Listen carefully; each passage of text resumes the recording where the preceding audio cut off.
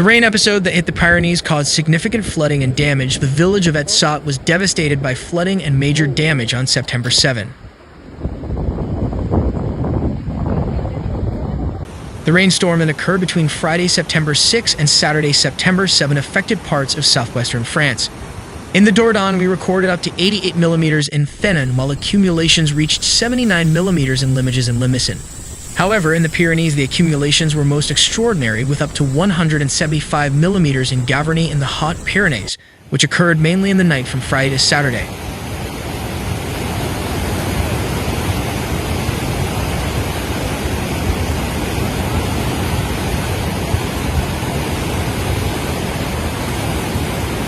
This heavy rainstorm quickly caused problems in the Pyrénées-Atlantiques and Hautes-Pyrénées, where traffic became difficult in the mountains.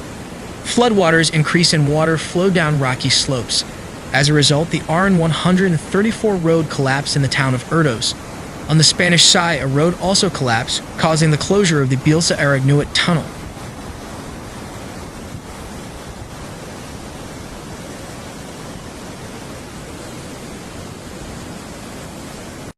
There was silence on Saturday morning. The floods that night caused many Pyrenean rivers to overflow their banks. For example, the case of the Nestidor, whose flow rate is particularly impressive in Saint-Lary-Soulan.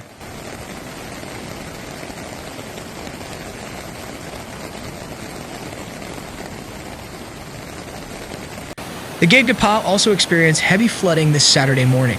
In Lourdes, the water level rose to 3.20 meters at around 8 a.m., or just 30 centimeters from the reference flood in October 2012. As a result, the sacred cave was flooded and closed to the public. It was able to reopen on Saturday evening after a recession. In the department of Pyrénées-Atlantiques, the Gave d'Aspe suffered a very severe flood on Saturday morning. The small village of Etsaut, inhabited by about 50 inhabitants all year round, was the one that suffered the most. One of the streams that irrigates the Gave d'Aspe, the Sathom River, has turned into a raging torrent.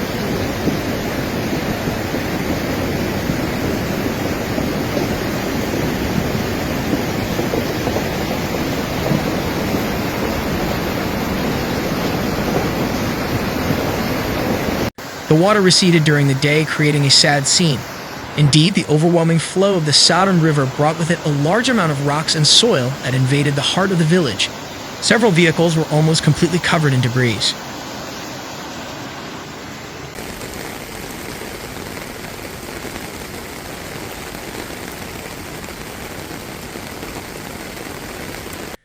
In the middle of the village, several homes and businesses were completely inaccessible due to piles of debris carried by the rushing water. In some places, rocks more than 2 meters high were buried, leaving residents stunned. We are grateful that there were no fatalities.